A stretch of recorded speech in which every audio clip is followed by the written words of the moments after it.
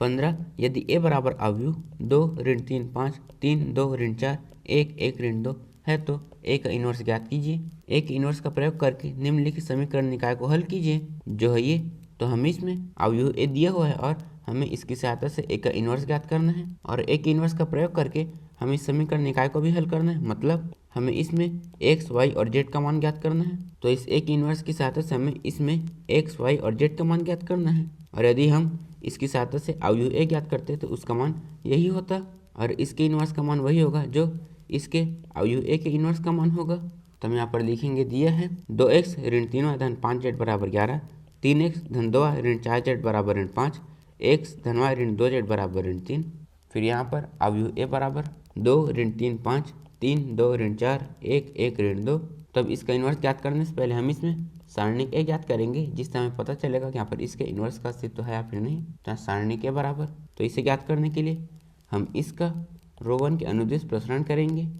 तो यहाँ पर आ जाएगा 2, फिर ये और ये कट जाएगा तो इसका इसमें गुणा ऋण इसका इसमें गुणा होगा। तो यहाँ पर आ जाएगा ऋण 4 ऋण यहाँ पर ऋण 4 फिर ऋण का इसमें गुणा करेंगे तो यहाँ पर आ जाएगा ऋण 4 धन 4 फिर इससे ये कट जाएगा तो यहाँ पर आ जाएगा 0 ऋण यहाँ पर ऋण 3 फिर ऋण का इसमें गुणा करेंगे तो यहाँ पर आ जाएगा 3 फिर ये और ये कट जाएगा तो इसका इसमें गुणा ऋण इसका इसमें गुणा होगा तो यहाँ पर आ जाएगा ऋण 6 ऋण 4 फिर ऋण का इसमें गुणा करेंगे तो यहाँ पर आ जाएगा ऋण 6 धन 4 फिर हम इसमें इसे जोड़ेंगे तो यहाँ पर आ जाएगा ऋण 2 धन 5 ये और ये कट जाएगा तो इसका इसमें गुणा ऋण इसका इसमें गुणा होगा तो यहाँ पर आ जाएगा 3 ऋण 2 फिर हम 3 में 2 घटाएंगे तो यहाँ पर आ जाएगा 1। तो यहाँ सारणिक ए बराबर ये हो जाएगा 0 ऋण 6 धन 5 फिर सारणिक ए बराबर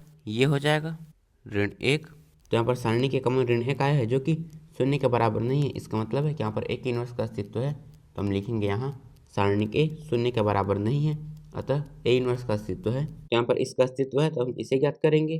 तो ए के इनवर्स का सूत्र होता है 1/, सारणिक ए गुणा एडजॉइंट ए। तो यहाँ पर हमने इसे ज्ञात कर लिया तो हम इसे ज्ञात करेंगे। तो एडजॉइंट ए ज्ञात करने के लिए हम अवयव ए में उपस्थित प्रत्येक अवयव का सहखंड ज्ञात करेंगे। मतलब हम इनका मान ज्ञात करेंगे तो यहाँ पर इनका मान हो जाएगा 0 2 1 फिर इनका मान हो जाएगा ऋण 1 ऋण 9 ऋण 5 फिर ये हो जाएगा 2 23 13। तो यहाँ पर हमने अवयव ए में उपस्थित प्रत्येक अवयव का सहखंड ज्ञात कर लिया। तो अब हम एडजॉइंट ए ज्ञात करेंगे जो होता है एडजॉइंट ए बराबर अवयव a11 a12 a13 a21 a22 a23 a31 a32 a33 का परिवर्त। तो यहाँ एडजॉइंट ए बराबर अवयव का परिवर्त हम इसमें इनका मान रखेंगे जो ये तो यहाँ पर आ जाएगा 0 2 1 फिर इसमें इनका मान रखेंगे जो है ये तो यहाँ पर आ जाएगा ऋण 1 ऋण 9 ऋण 5 फिर यहाँ पर इनका मान रखेंगे जो है ये तो यहाँ पर आ जाएगा 2 23 13 फिर यहाँ पर हम इसका परिवर्त ज्ञात करेंगे तो यहाँ से एडजॉइंट ए बराबर अवयव।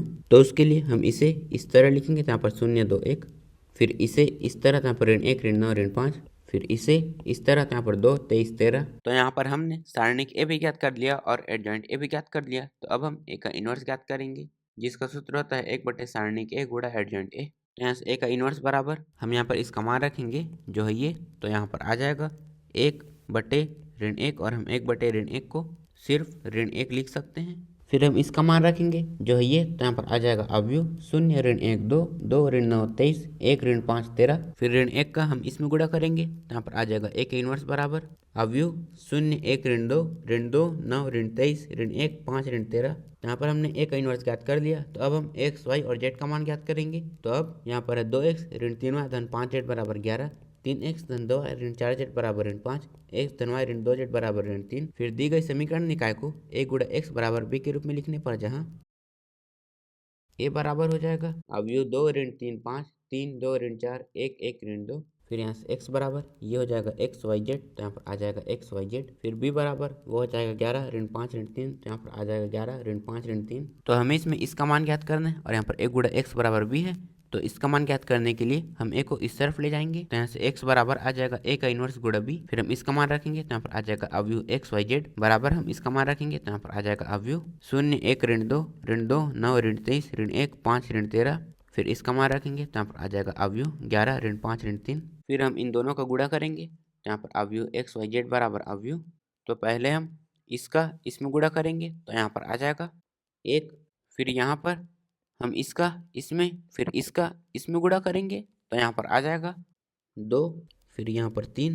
यहाँ पर ये दोनों बराबर हैं तो तुलना करने पर x इसके बराबर होगा, y इसके और z इसके बराबर होगा। मतलब यहाँ पर x का मान हो जाएगा 1, y का मान हो जाएगा 2 और z का मान हो जाएगा 3। तो हम लिखेंगे तुलना करने पर x बराबर 1, y बराबर 2 और z बराबर 3। तो यहाँ पर हमने a का इन्वर्स भी ज्ञात कर लिया है और x, y और z का मान भी ज्ञात कर लिया है। तो यहाँ पर a की इन्वर्स का मान है ये और x, y और z का मान है ये।